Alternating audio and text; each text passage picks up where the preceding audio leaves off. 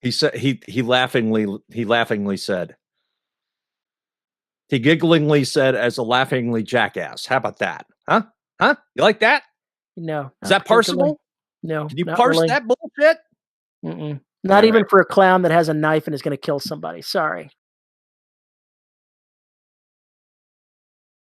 Hello, everybody, and welcome to episode 534 of the Dead Robot Society, where Paul interrupts Terry every second of the episode. Every second! Shut up! Like a chatterbox. Nobody wants to hear you talk. Chatterbox, that's all you are. How are you doing, man? Doing good. How are you? I'm doing fine. What are you up to? What have you done writing-wise? Astound me. It's not going to be astounding, but it's like 6,000 or 7,000 words, I think. That's pretty good shit. Yeah, it wasn't too bad. So I'm waiting on new gear to arrive. So if the dog starts barking, you know what that is. But so I can get back to work on my robotics project. So that's going to be taking up a lot of time in the coming weeks, months. Hopefully not months. Hopefully just weeks. But I've been prepping, trying to get the website sorted out, trying to get some more recording done, and of course get the writing done before the apocalypse occurs to me. But it's happening. I mean, around 10 o'clock at night after Carrie goes to bed, I end up in front of the computer and firing up Scrivener and start going to town. So hopefully that will continue. Writing every day is a good thing, as long as you have the time to actually make it happen. No, just got to make the time to make it happen. And we keep telling everybody 20 minutes. So, doctor should take his own advice. Something like that. Absolutely. Anyway, what's up with you, man? Oh, let's see. Race to Terra has come out. It's doing okay. I'm in that trough of release where you release and you got the spike and then it comes down and I'm waiting for the pickup again. Your heart's always falling because you're like on the roller coaster dropping towards the earth. You're going, this is it. The track is going to give way. I'm going to slam into the ground and everyone is going to die. So I'm in that spot waiting for it to pick back up. So that's always rough. Maybe rough for you. I'd have to, at this point, it would be very difficult for me to reach even one of your troughs. So, let alone one of your spikes. It's one of the Empire books, so, it does well. I can't complain. Yeah. Well. Hidden Enemies is out in audio. Tree of Liberty is under its review. And so another couple of weeks and it will be out in audio. Veronica is going over right now the current book, Race to Terra. So she's getting it set up to record. So things are going well there. I've got a short story in an anthology coming out in a week. It feels like this year has been very productive. Feel like things are just happening all over the place. And I'm writing. I'm getting stuff written. I've got almost half of the novel portion that I'm giving to Glen Stewart for the next Vengeance book done. So another couple of weeks and it'll be wrapped up for my part anyway. So yeah, things are going great. Writing a chapter or so every day, feeling good. No complaints. I hate you so much. It's okay. I want you to know something, because I don't know if you saw the post or not. But Mr. Banks was going through a few episodes ago, because apparently he was behind. And he said, based on your descriptions of my story lengths, I must now be writing 1,000,000-word novels and 100,000-word short stories. What that's called is shaping the narrative. It's called being lying some bitch, what is. If you say something often enough, even if it's not true, people will begin to believe it. Explains so much of our political situation. Anyway. It kind of actually does. It kind of actually does. At any rate, stop giving me shit about my length of my stories. You're confusing people. Oh, not a fucking chance, buddy. Not a fucking chance. You heard it first. He's dropping F-bombs, which means I got to spend more time in the editing chair, which means I hate him. Hate him. Oh, just admit it. The episode, every F-bomb was warranted. I'm not going to disagree about that. I'm not going to disagree with that at all. So, I think that we should get right down to it. And because I want to make things clear, I think that we need to writer-splain some things. Today, I got my proofreading back for Race to Terra. It's Race to Terra. Well, yeah. Of course, the title's going to have to change. What do you think? Are you going to mock my titling again? Yes. No, I just need to remember to start this as a betting topic, a betting pool on fucking Vegas, because I can win easy money every time. Every goddamn time. Like a broken record, man. Raid for Terra, Battle for Terra. Where the hell is Terra? Raid to Terra. That's the final title. Everything else is working until I click the publish button. It's a working title. Okay, fair enough. And at least in one case, it was a working title after I clicked publish because I changed it. You heard it here first, folks. Don't do that. Don't do that. Okay, before I completely derailed the show, before we even began the show, or as we were beginning the show, perhaps we should get back on topic with the show. Yeah, thanks for that. You're very welcome. But like I said, I only went to get a proofreading this time, and I expected to get it back in 4 to 6 weeks. It came back in 2. So now Donna is hustling to get the cover done because I'm finished. Ooh, throw down the gauntlet. My work here is done. It's up to you. She thought she would have more time to get it done, and so did I. So we were letting that process go on, and she stepped on a cat, and she hasn't been feeling good, and all kinds of other things going on. Excuses. It's just the way it is, man. But she's going to go ahead and get the cover all worked up over the next couple of days, so maybe it'll be out by the weekend. Hey, cool. That's what I said. That's what my bank account says. Way cool. That's what your bank account says. Well, that's awesome. It would like more money. Every bank account would like more money, I think. Every writer's bank account would like more money. Hey, I personally think publishing a book a month before you thought it was going to be there is a good thing. Yeah, no, I'm not going to disagree with that. That'd be wonderful. But because I was going through and looking at the suggested changes from the proofreading rather, it brought to mind again the various levels of what editing are. And I wanted to have a talk with you without an editor present to editorsplain us what the different kinds of editing are.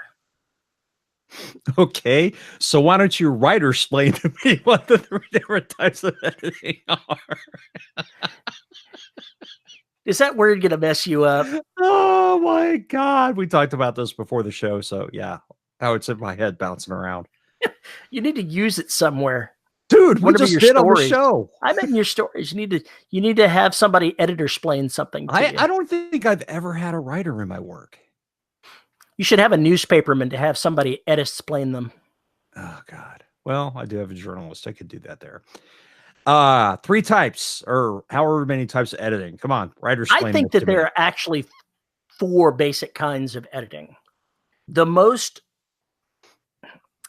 I don't want to say intrusive, but the most encompassing is a developmental edit, where the editor is working hand in hand with you to go ahead and help you bring more life to the entirety of your work, to help figure out where the story is going and make it a deeper, richer experience. Then you've got line editing, where they're going in to every piece of it and changing the way you phrase things to make them easier to understand, more revealing, whatever adjectives you want to have go on there. Then there's copy editing, where they're still making suggestions, but it's not so large of suggestions, and it's not so hands-on. And then finally, you get down to proofreading, which it's lots of commas, hyphens, missing words, and the dreaded semicolon. I'm going to start a goddamn 12-step group for you to get over your fear of semicolons. Hey, I left the semicolons that they suggested in the damn books, so don't give me no used crap. the semicolon? Yes, I didn't rewrite it. I left the semicolons Holy there. shit! There's probably like 3 of them in there. No wonder there was so much pain in your skull earlier.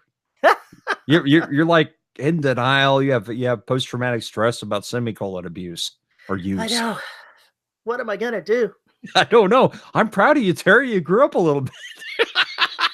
That is the whole point of being a writer. Practice. You get a little bit better.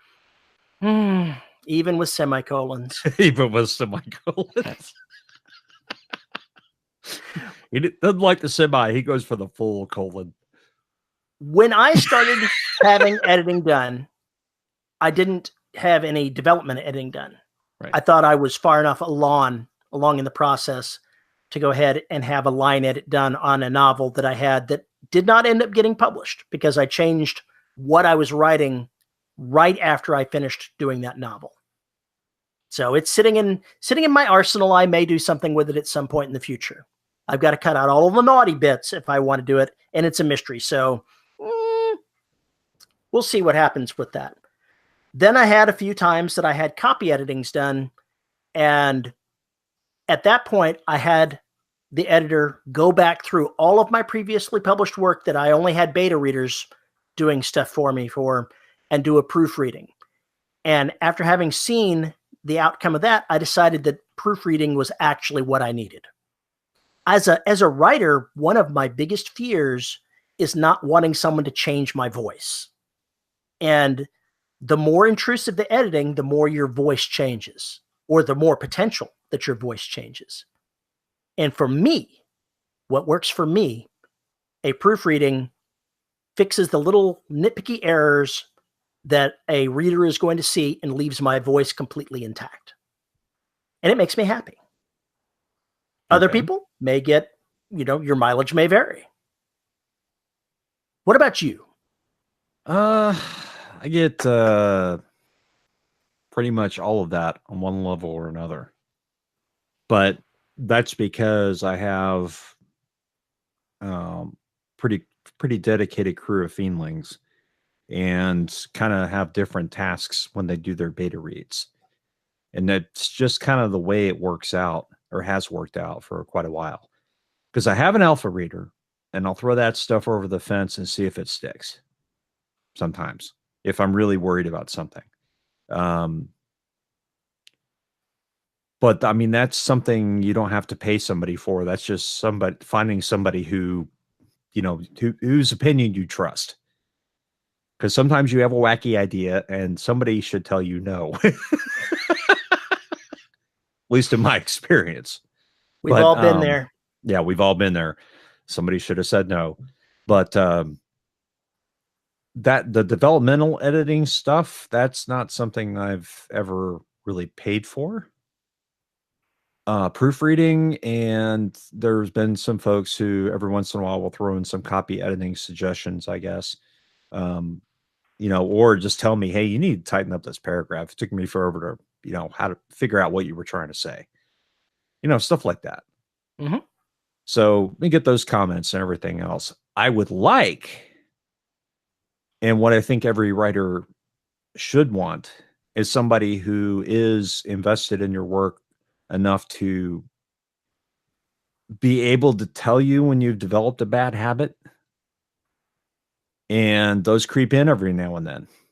And sometimes it's not necessarily have anything to do with your voice. It is something you keep doing over and over again in every book. And it may not be a good habit to carry over.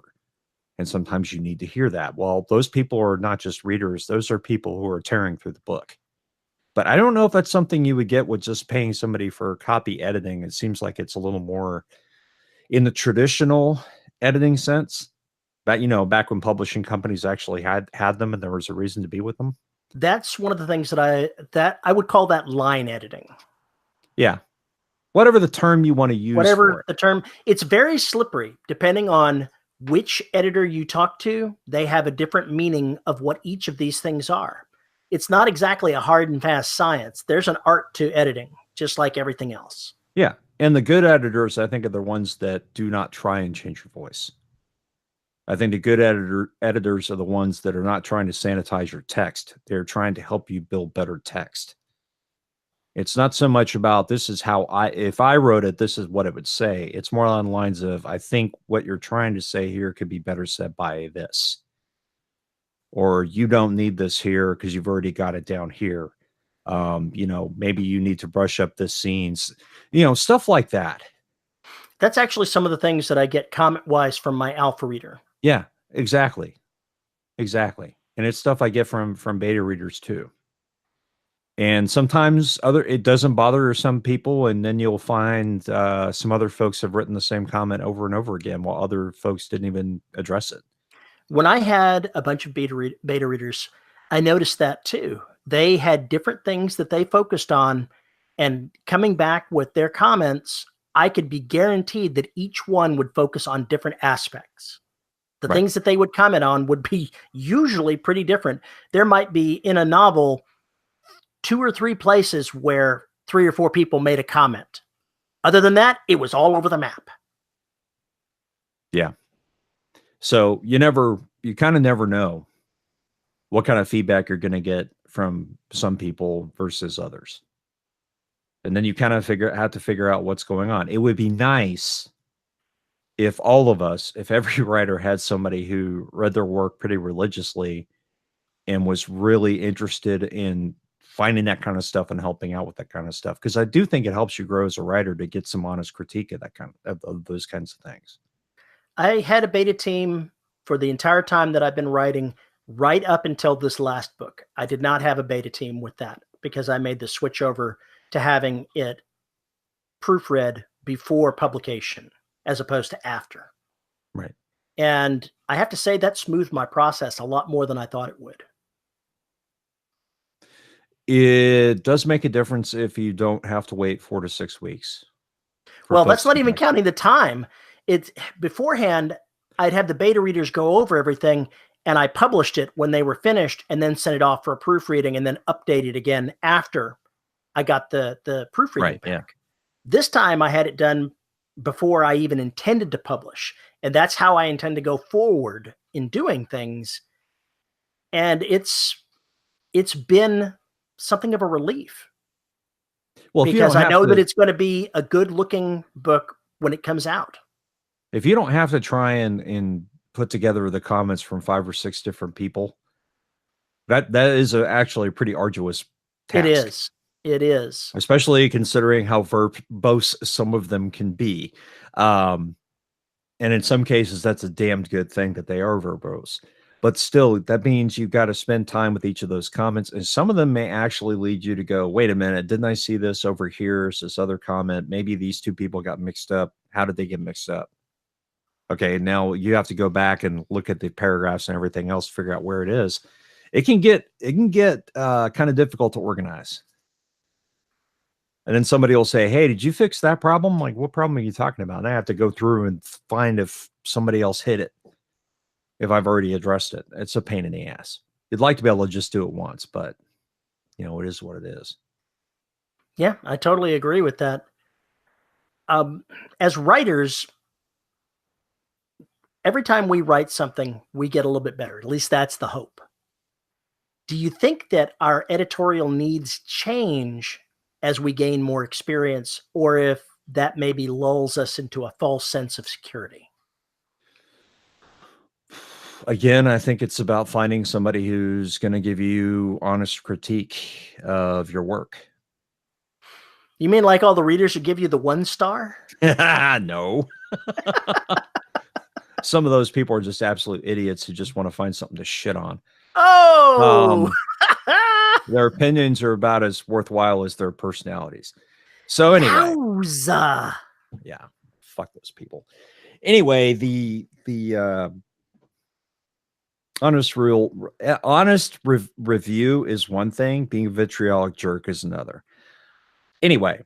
It's the internet. Everybody's going to be a vitriolic jerk. Yeah, go write your own fucking shit or go create some art and start pissing on everybody else. Anyway. Because fuck you, that's why. Anyway, I think you're being a little bitter here, man. Not bitter, not at all. I've just seen some shit recently, not even about my own work, just pisses me off. Anyway, I would hope that you do get better. You should need, like, for instance, maybe at the beginning it's a train wreck because there's some grammar rules you don't remember from school or things like that, or that somebody takes you to task for and early on in your career.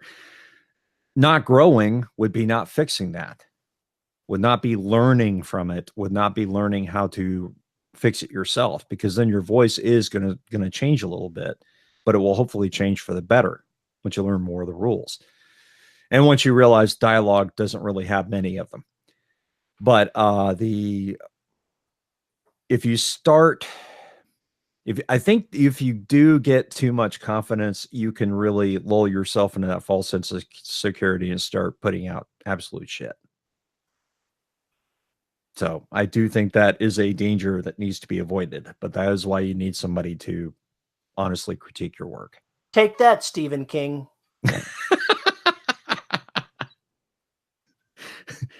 My only complaint about him is that I think that there are many stories of his that could use a good haircut.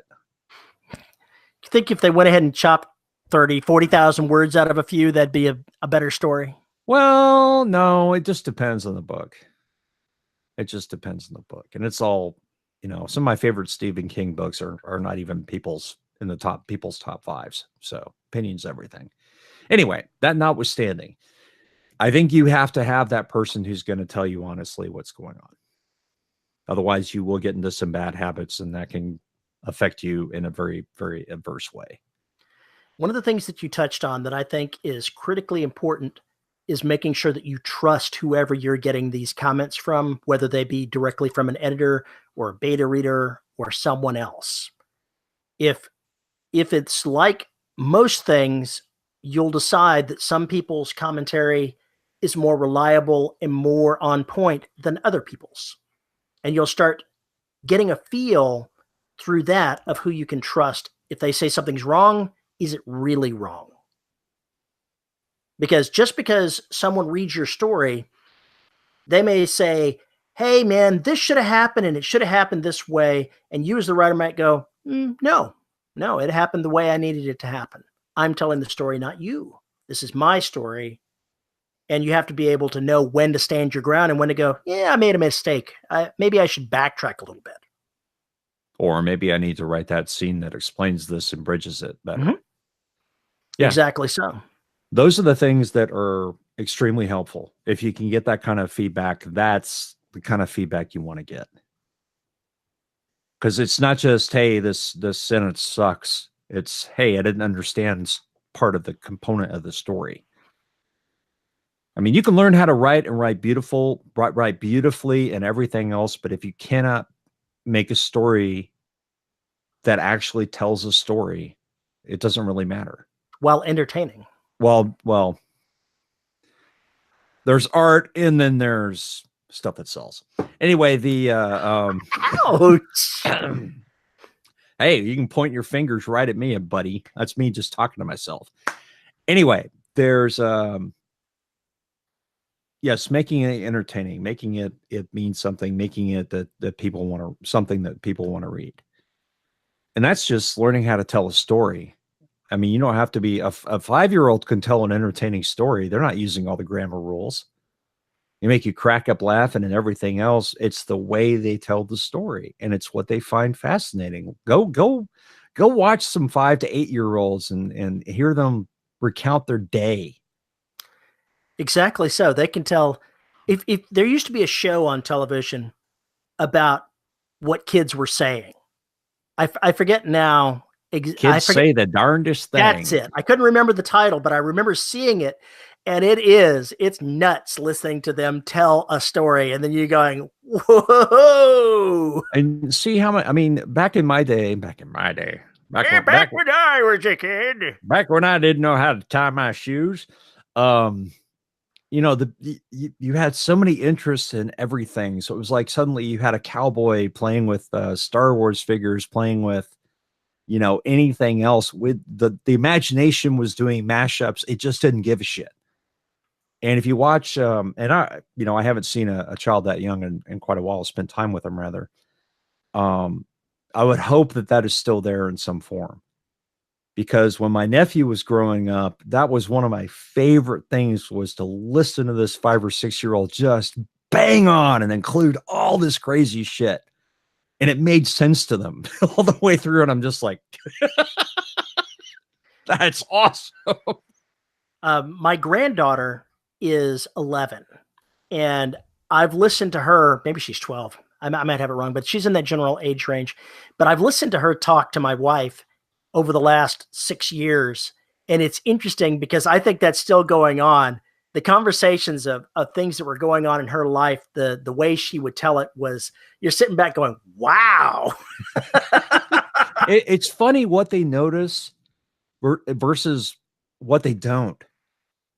It is, and I think writers work that way too. We notice things going on in about our day that shouldn't be important, shouldn't have stood out, but for some reason they did. And I guess that's what I love about A Curious Child, is the fact that you will see that happen over and over again. They will find something and fixate on it because they want to know everything about it. It's wonderful. Just love it. But anyway, learn to tell the goddamn story. One of the things as writers that we start out doing in the very beginning is our focus is buried down at the level of words. We care about words to the point to where it interferes with our storytelling. And I know that a lot of people are going to consider that heresy, but as you gain experience telling stories, what you care about expands out from the words past the sentences, past the paragraphs, past the scenes, to the entire story and the character. It's interesting as you gain that experience and you tell those stories, how what you care about alters itself. And you've got to have an editor or beta reader or somebody to help draw your attention out from the weeds to the story as a whole. Well, and you have the other problem, which is repetition of conceit. If you write too many of those with the same exact setup, somebody needs to come in and say, you need to find a different way to start this book. Are you going to tell that to Nora Roberts? No, I'm not. I don't get it. My personal preference would not be to write Derelict 7 times with different characters and different memes and oh, in this particular book, we're not going to have AIs. We're going to have this in this particular book, but it's all going to be derelict spaceships. I don't really think that would go over very well. Oh, come on, Paul. You know you want to write the Monster of the Week novel. I don't have a problem with writing Monster of the Week novel, but Monster of the Week novel cannot be the same novel with different monsters over and over and over again. Not for my money. So I'm not really interested in doing that. Monster books, I'm just fine with. Not a problem. That's what it makes me want to rewatch the X-Files to see how they mixed the Monster of the Week episodes with their overarching storyline that they were doing throughout the entire run of the series. Yeah, we've talked about this before because there were 2 different mythologies, well, really 3, going on at the same time over the 9 seasons or whatever the hell it was.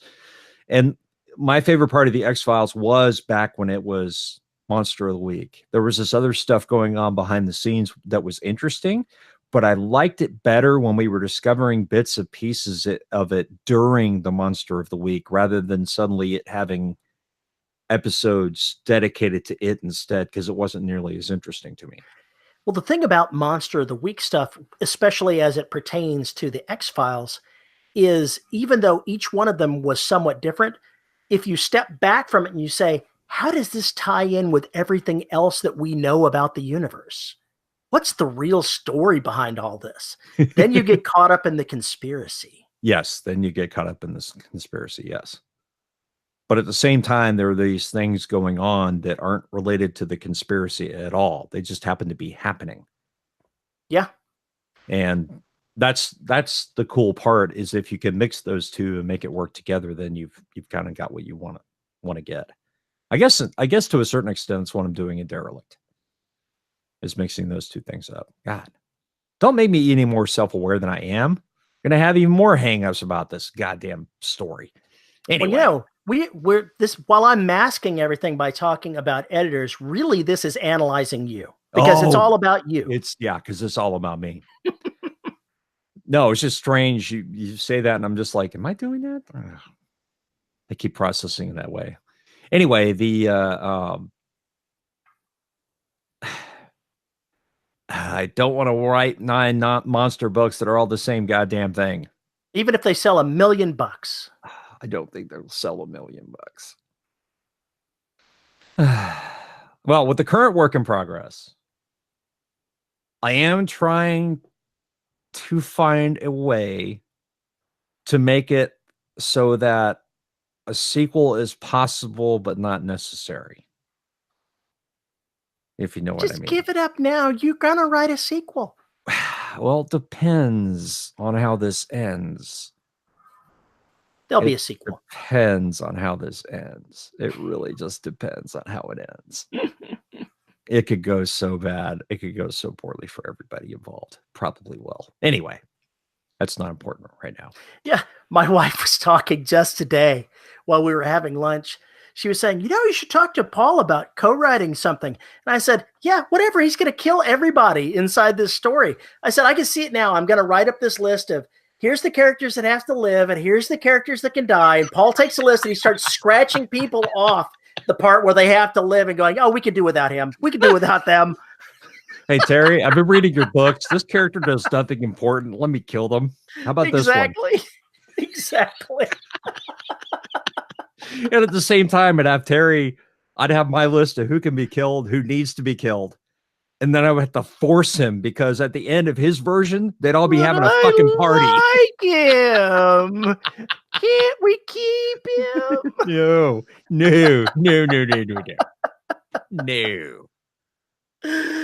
Oh, this is why Paul and Terry can't play in each other's universes right there. Paul has a to kill list and Terry has a not to kill list. So that should tell you everything you need to know right there. That's what happened. Somebody challenged me to write horror, and what did I write? Paranormal Romance. Yeah. It's sad. It's very, very sad. It's what it is. We have to be true to ourselves. Just such a slacker. I'm really trying. I'm really going to work on you about this. It's one of these days we're going to have Terry go balls to the wall with it. It'll happen. Yeah. I don't know about that. It'll happen. We'll do something. It'll happen. So what else about editors? You haven't done enough Writersplainin. I haven't done it. Okay. Well, let's do some more then. As a writer, how do you professionally respond to an editor when you disagree about something? I don't. You just let it hang? Just, nope, not going to answer you. Nope. Well, I have been with my Severed Press books, it is agree or disagree, but you had the final say. When I hire somebody, I obviously have the final say, and I don't need to respond to them. Unless there was a question or a comment that I didn't understand at all what the hell they were talking about, there's no reason to respond to them. Back when I started getting editing, I put a lot more weight in what the editor was saying than I do now. It's not that I'm saying that it's not important. It's just like if they said, oh, you need to change this, I'm like sitting there second guessing myself, do I really need to change it? Can I justify keeping it? Now I'm like, fuck it. We'll do it live. Fuck it. No, I'm like, all right, this little piece right here is bogging down the scene. Can we please cut this? No, I want no. All right, fine. But that doll will come to life later. But I have to keep it. Yeah, but we're going to move that now to the next book. But that's how it works, though. If I find a scene I really love that I cannot use in that book, I take it somewhere else. Well, it's very similar to actually something that happened to me yesterday. I started writing on the next book that I'm doing with Glen Stewart, and I wrote a chapter, and the first half of the chapter, it didn't fly as far as the events that he wanted to have happen. And He's the primary guy. He makes the calls. So I've chopped that out, but I can reuse those words later because there's going to be another space battle, and I can modify those, and they will fit in there just fine. Right. And, the stuff I wrote for the Four Horsemen, I can easily tear that apart and use it in another book. Mm-hmm. So, but sometimes... There's no such thing as wasted words. No, there isn't. But if an editor says, or somebody else says, hey, this part really moves slowly, and you get enough of that, you're going to have to go look and see if they're right. Yeah. Look, closing up with what Glen Stewart said, when you're co-writing with somebody else, especially when you are the junior partner, they're an editor with teeth. What they say goes. True. This is true. You're on the other end of it. They are paying you to. They're the boss. They're the boss. You got to go ahead and. If you have any ego, you have to set it aside and go, I'm just helping make the story better. Yeah. Okay, we'll do it. If you're the one hiring the editor, they work for you. If you're a co-writer, you've been hired by somebody else. Exactly. Exactly. And that's the life of a professional writer, is you got to remember that. It's hard for writers. Writers have egos. And when somebody says, you're not right about this. Okay, you got to accept that sometimes you aren't right about this and move on. Yeah, and at the same time, you got to have the fortitude to know when to say no. Yeah, if I disagreed with Glenn, I would have argued the case. But I saw what he said and said, okay, it'll cut out. I'll move it somewhere else. I've had to, a couple of times, I've had to remove entire chapters from stuff that I'd written from because I went down a rabbit hole. And he's obviously a much more successful writer than I am. And there's things to be learned there. Yeah, there are. Especially with learning pacing. Mm-hmm. That is something I think you only learn by repetition. And if you're writing in somebody else's universe, it probably would do you a favor to read some of their stuff. I've pretty much read all of his stuff. So I have a decent idea of what his pacing is. And I'm fully on board with the fact that I enjoy the way he writes. If he has a suggestion, and I'm going to put the little air quotes around that, if he suggests something, I'm fine with making that change because he's got a good eye of what he needs and it's successful. So if I just that, I have to assess, why do I disagree with it? Am I actually right enough to actually argue about it? And if I'm not, march on, make the change and learn from that and make it happen. Yeah, that makes a big difference. But sometimes it's hard. Yeah, because sometimes you're a storyteller on your own. You're like, no, I think this would be perfect. No, it's not. Not for that story. Well, I would never want to wrangle you because you literally just are squirrel. It's true. You literally, man, you just flying through the trees, just doing happy-go-lucky, doing whatever. You need a leash. You absolutely need a leash. This is probably true. And Glenn does a good job of keeping me on the leash. Right. And I think if you find the right editor and right person to give you honest feedback, they will keep you on a leash too. And hopefully in the right way. I mean, really what you... It's one of those things about experience. It's judgment is something that you gain with experience, and experience comes from poor judgment. So you start off bad, you learn from it, you get better. You get that good judgment that comes at the end, but it's painful sometimes getting there. You've got to remember that you're going to make mistakes no matter how much experience you've got. Yeah, I make plenty of them all the time, every single freaking year. Every day. Yeah, every scene. I make every paragraph. I make a publishing problem every year for myself. But yeah, the rest of it, yeah, pretty much. But yeah, at the same time, I was talking Sunday with my folks about something, and Dad asked me how the new book was going, and I mentioned some piece of research. I can't remember what the hell he said, but it just, part of my brain for the rest of the evening was over here on the hamster wheel, examining this particular problem or complication. And then when I sat down to dinner later, it just went boom. And then of course, 2,000 words rang out. So it's kind of nice when that happens. It's kind of wonderful. Now my editor's probably gonna make me throw it out. Those bastards. Killed Kenny. Yeah, they killed Kenny. The other part of editing I think we haven't discussed is technical editing.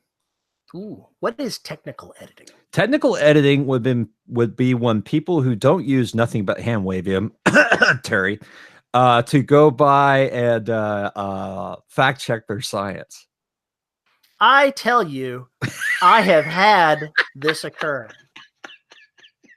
One of my beta readers, and who is now one of the advanced copy readers as well, is a scientist at JPL. I get my science checked, pal, because he's made comments of, that's on good science level. You've actually appropriately addressed that theory. I haven't had somebody tell me my science is wrong. I may go ahead and wave my hand at the details, but the theory behind them are sound. The theory is there. The theory is there. I take some. So take that.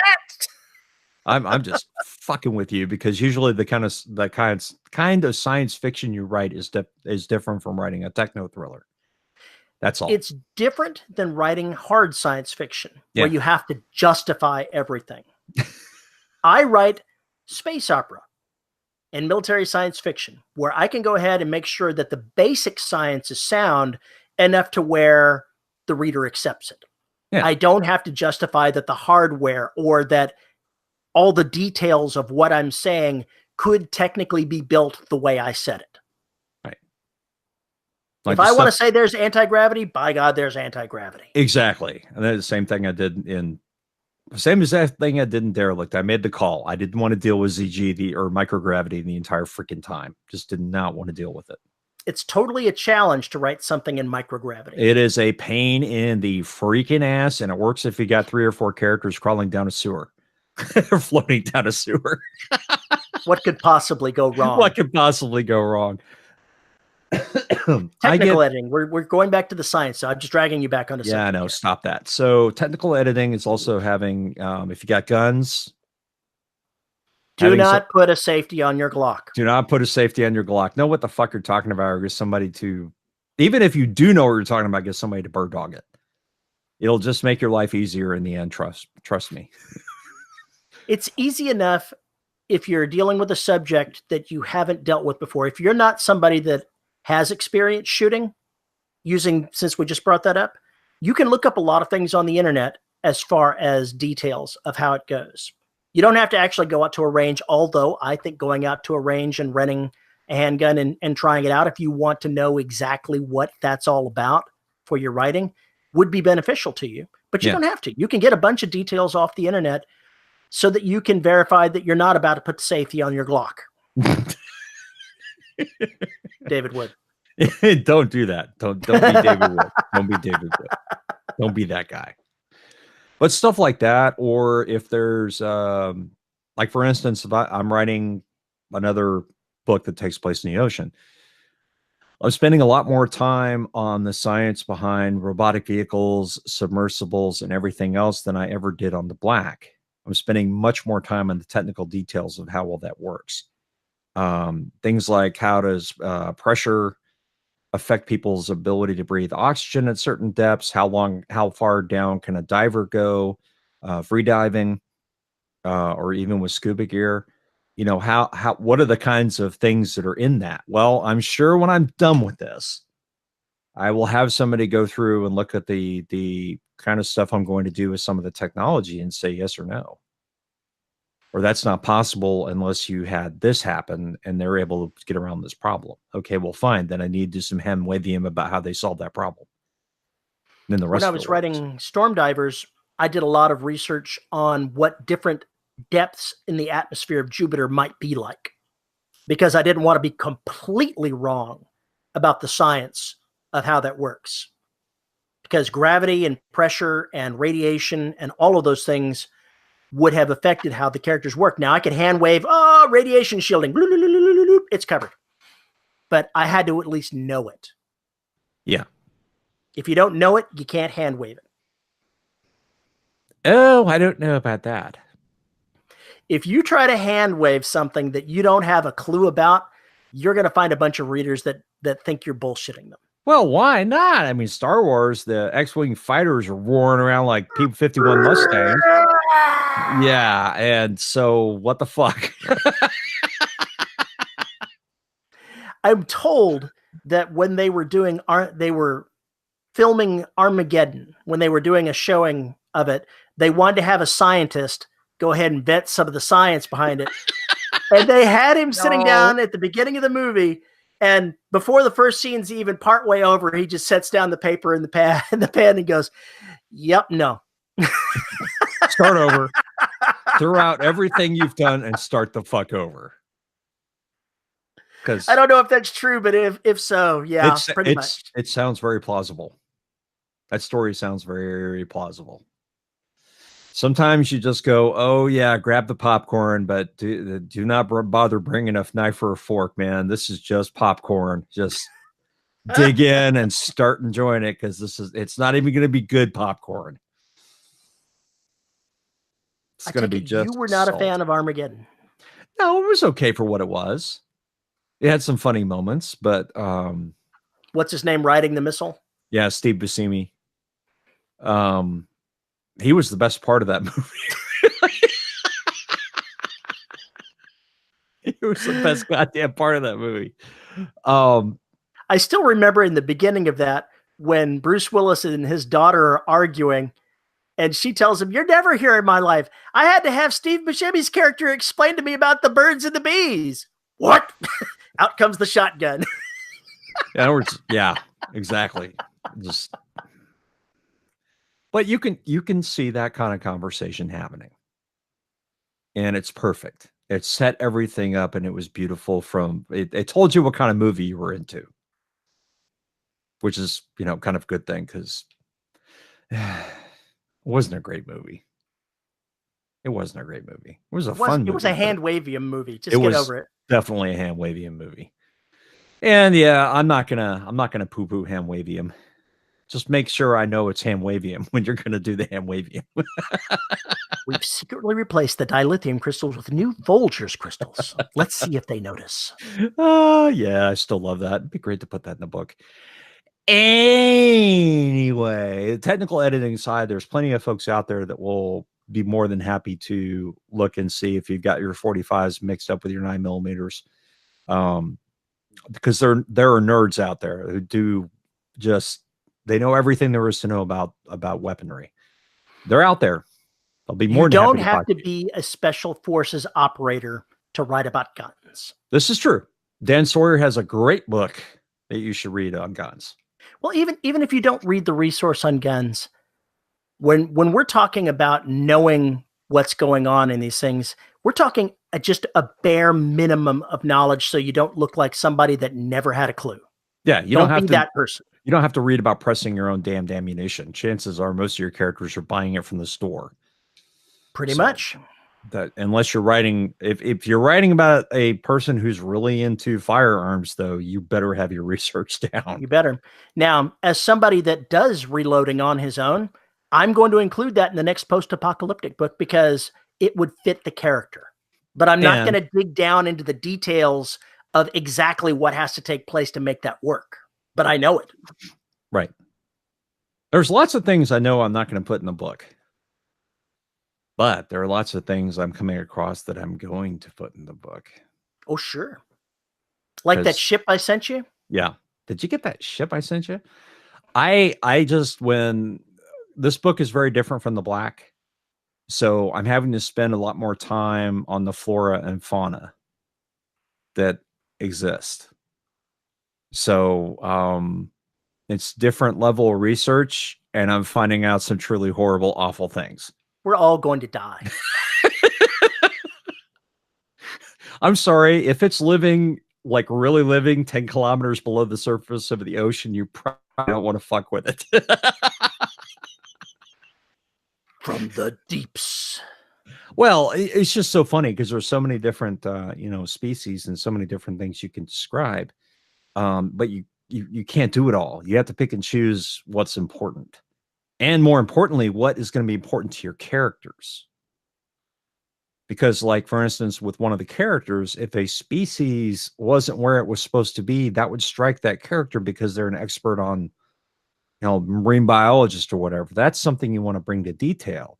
Maybe not the 1,000 different colors of an angelfish and how angelfish, mate and all this other bullshit. Nobody cares. But they're going to want to know those kind of details if something isn't right. It's like if you're watching a movie like Jaws and the diver suddenly looks around and there's no fish anywhere around him. Yeah. The diver looks around like that because they know something's wrong. That's what you want to see, is that moment. You want to see everything in equilibrium and then have it destroyed and have the character go, what just happened? And then they get eaten. Yeah. That's how every paragraph ends. And then they were eaten. Is that how you do it? Every paragraph in your book could be ended with, and they were eaten? Well, listen, I think the first book tour I went to see Scott Sigler. Somebody asked him where he got his ideas, or he was addressing that question because it's always asked. And he's like, I see something interesting. And I think, how would people get eaten through there? That's how I write the book. I went to his book signing here in Houston one of the years that he came through. Yeah. And then shortly after that, we interviewed him on the show. And I brought up something that he had said at the interview, because he said that all of his universes, all of his stories, whatever they are, take place in the same universe. And that's what he had said at the time. And I brought that up and he was like, wow, you really know your shit. Yep. I was like, no, I just listened to you talk. You just listen to you talk. And that's true. And he's been able to make that work. That's actually a hell of a constraint to put on yourself. It's a hell of a constraint to put on yourself, but he's handling it greatly. Doing a better job than I ever would. But you asked about that. Is that where the ideas for my books come from or whatever? Sometimes, but more often than not, I just had this idea of something coming through that and how terrifying it would be. Okay, let me put that down on paper so I don't dream about it tonight. It's a different kind of deal. It's completely different. Yeah, you're like Stephen King. You write down your nightmares so they don't haunt you. Yeah, hopefully less dramatic. But I have had those moments where you see that shoe on the floor at night and it's a shoe, but it doesn't look like a shoe. No, what's worse is you look at the shoe, it's a shoe. You look away and you look back and it's moved about 3 inches. Yeah, exactly. It's a cat. In your house, that's a cat. Pretty much. So you don't have to worry about any things going bump in the night because your cats would destroy it. That's what they're there for. The dog would warn you, the cats would destroy it. So you're safe, man. That's right. Every night is going to sleep and then waking up to the crash of them destroying everything you own. Price of being a cat owner. It's totally true. Or being owned by cats. I think in your case, the latter is much more appropriate. I saw a cartoon with cats running like this coffee shop today. And it's like, Nathan, latte for Leighton, 2 seconds. And he's pushing it toward the edge, and the cat's going, no. Yeah, I saw that. So true. That's absolutely freaking accurate. I have 2 of them. You ever heard of them? A pounce of them. A pounce. He has a pounce. That's what we call them anyway. Yeah, well, what are you going to do about it? So, editors. Whatever level of editing you feel comfortable with, always be ready to reassess what your needs are as you go along. Once you become a more experienced writer, you may decide that a lighter touch suits you better. You just have to be aware of that. When you start to feel constrained by the level of editing that you're getting, reassess and see if something with a lighter touch might suit you then. Because people get there. You never escape needing at least some level of looking over what you're doing, but it can be less invasive to your process, and you need to be aware of that. I would say the corollary to that is that entertain the advice. See if you can say that again. Entertain the advice. Okay. See if you can see what they're talking about. and maybe give it half a chance to be right. Because it may be the right thing to do. Maybe they're telling you something that you really need to think about. So if it's somebody you trust, really take their comments seriously. Give them some breadth and width and see if there is actually something to what they're saying. I totally agree with that. But to have the corollary of the corollary, there can be too many cooks in the kitchen. To pick more nits. To pick more nits. There can be too many cooks in the kitchen. And if you have a lot of voices trying to tell you what needs to change, it's hard to pick out the best advice from the advice that might not be so good. So do try to restrain the number of people giving you that advice, because you've got to find a small cadre of people, or even a single person, that you can trust what they're going to tell you. That's a lot easier to deal with than a dozen beta readers. Yeah. But I will say that bottom line is that it is your story, not somebody else's story. If there's a problem with the story you're telling because there's a detail that doesn't match or something along those lines, or this scene makes no goddamn sense, or nobody's going to understand what you're trying to say here, that's one thing. If somebody says, oh, you should add this or do that, and no, you shouldn't go that way, that's somebody who's wanting to write their own story that just is just too lazy to do it. And that happens. It does happen. There's been times where I've gotten advice where they were talking about the things that they wanted to have happen, which is not necessarily the same things as the story that you want to tell. Yeah. And that's where I think you have to have some confidence in yourself. But I know Terry has gotten this. I've gotten it. I know everybody who's gotten this. If you're at a writing con or anything else, sooner or later, somebody will come and say, why didn't you do X in your story? Yeah, or that's true. If it was my story, I would have done this. Well, if it was your story, it would be completely different from the get-go anyway. That's like the people say, I've got this great idea. You go ahead and write it, and we'll go ahead and split the profits. Yeah, that's my other favorite. You can steal this idea if you want, but I want half. Yeah, half of what? Deserve time it doesn't, buddy. You haven't given me way more ideas that I could possibly use. You haven't given me a character. You haven't given me a real plot. All you've given me is an idea. Ideas are meaningless without something to go along behind them. It's the execution of the idea that's actually important. Yes, that's what makes it real. The act of creation is basically distilling an idea. Mm-hmm. It's taking the intangible and making it tangible. Yes, making the ephemeral. And with that, I think we've probably, talked this story to death. We've probably slaughtered this topic. We've writersplained this subject to death. No. In our case, we've dead robots explained.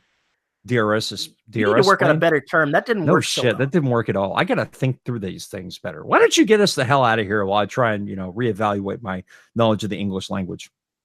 Well, folks, if you would like to send us a note and tell us about your editorial experiences and what your opinion is on it, send us a note at show@deadrobotsociety.com.